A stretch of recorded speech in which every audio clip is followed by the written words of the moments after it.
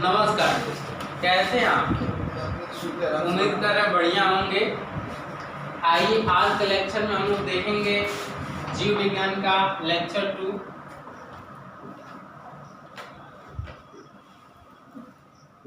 और यह जो है हमारा जैव प्रक्रम।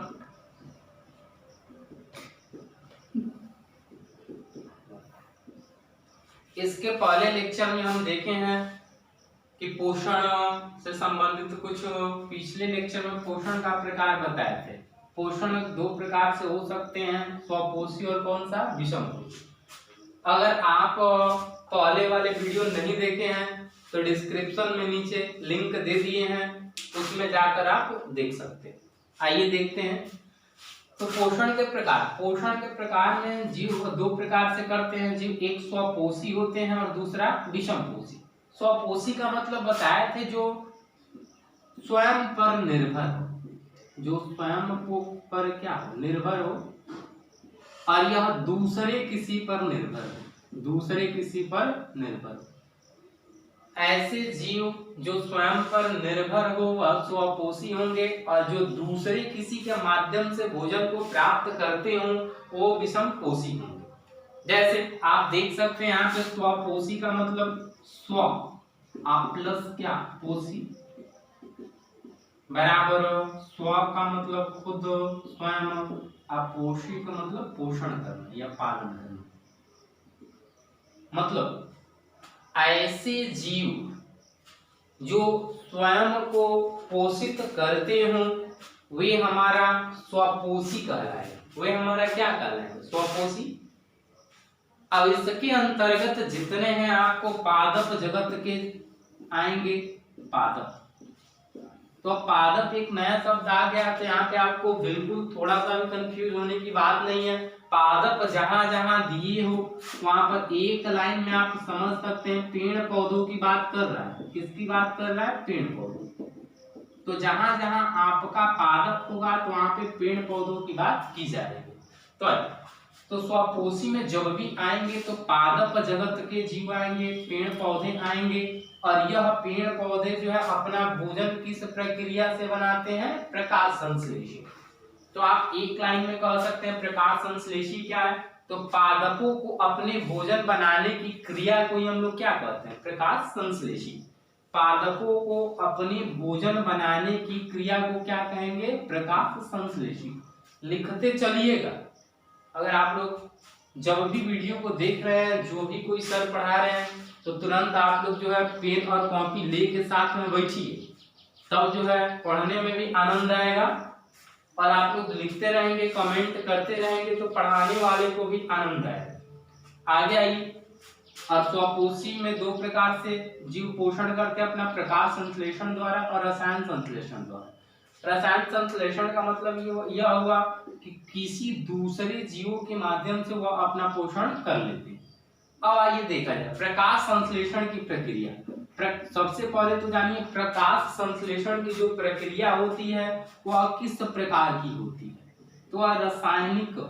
कौन सा, रासायनिक। प्रकाश संश्लेषण की जो प्रक्रिया होती है वह किस प्रकार की प्रक्रिया होती है, तो रासायनिक अभिक्रिया होती है।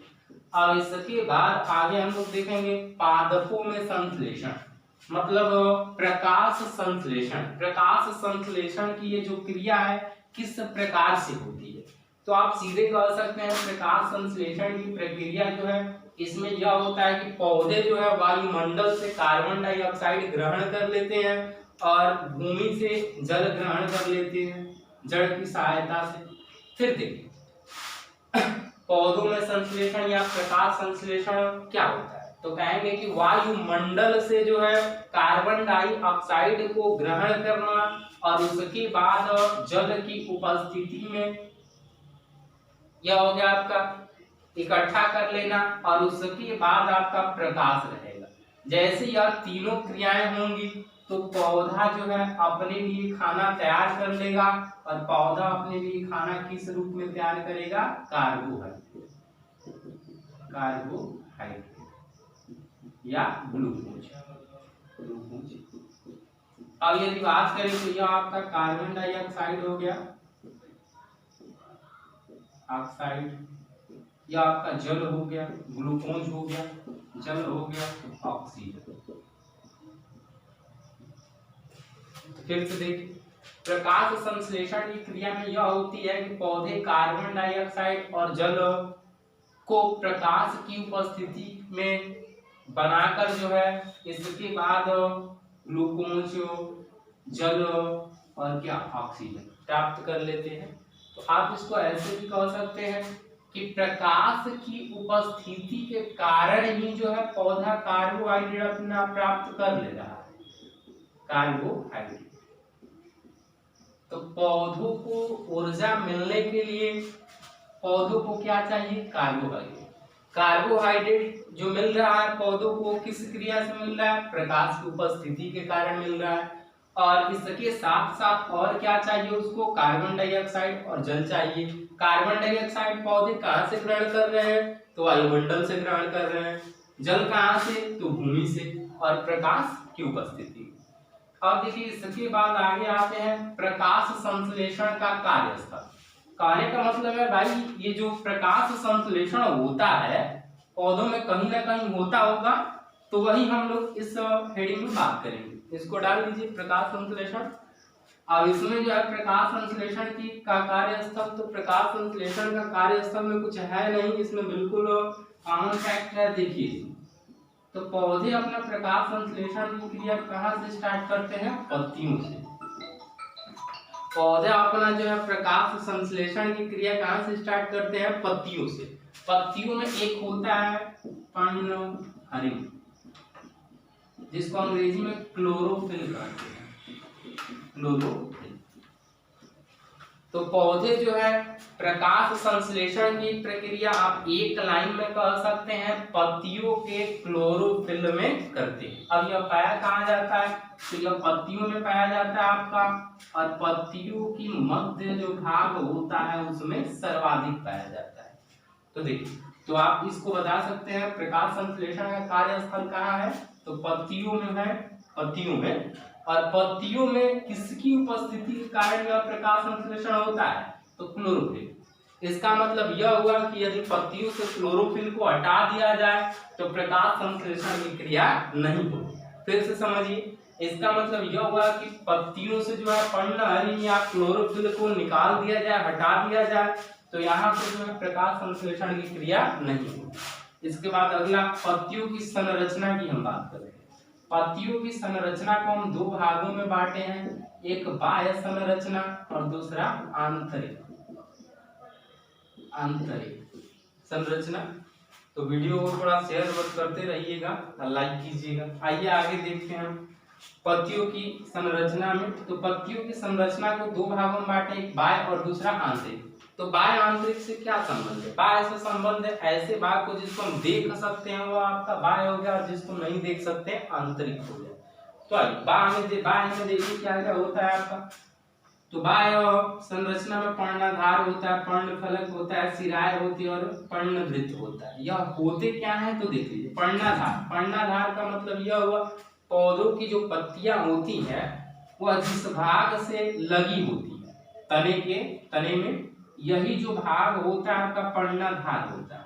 इसके बाद पर्णफलक, जो यह चौड़ाई होती है, चौड़ाई पत्तियों की, ये वाला भाग फलक। फलक का मतलब सतह। ये वाला भाग जो यह होता है पौधों का, तो यह भाग पर्णफलक कहलाता है। और यहीं पर भोजन बनने का कार्य होता है।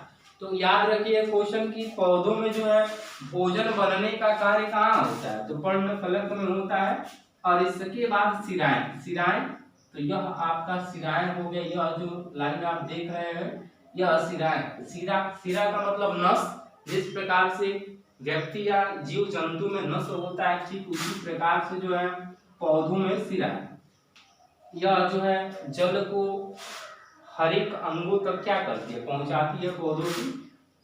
तो वही देखिए लिख भी दिए हैं, जल की आपूर्ति। जल की आपूर्ति जो है पौधों में किसके द्वारा होता है? सिराओं के द्वारा। उसके बाद पर्णवृत्त, तो कहने का मतलब यह जितनी चौड़ाई गोला आकार में होती है पत्तियों की, यही जो है क्या कहलाता है? पर्णवृत्त। तो बस आज की वीडियो में इतना ही आने देते हैं। इसके बाद अगले वीडियो में हम देखेंगे पत्तियों की आंतरिक संरचना। तो इसको वीडियो को पूरा देखते रहिए और इसके पीछे वाले वीडियो का लिंक हम डिस्क्रिप्शन में दे देंगे और वहां से आप लोग देख लीजिएगा। तनी लाइक करत रहलो ना, शेयर और करो, तनी एकरा के फैला दलो करोनो से तेज। बस आज की वीडियो में धन्यवाद।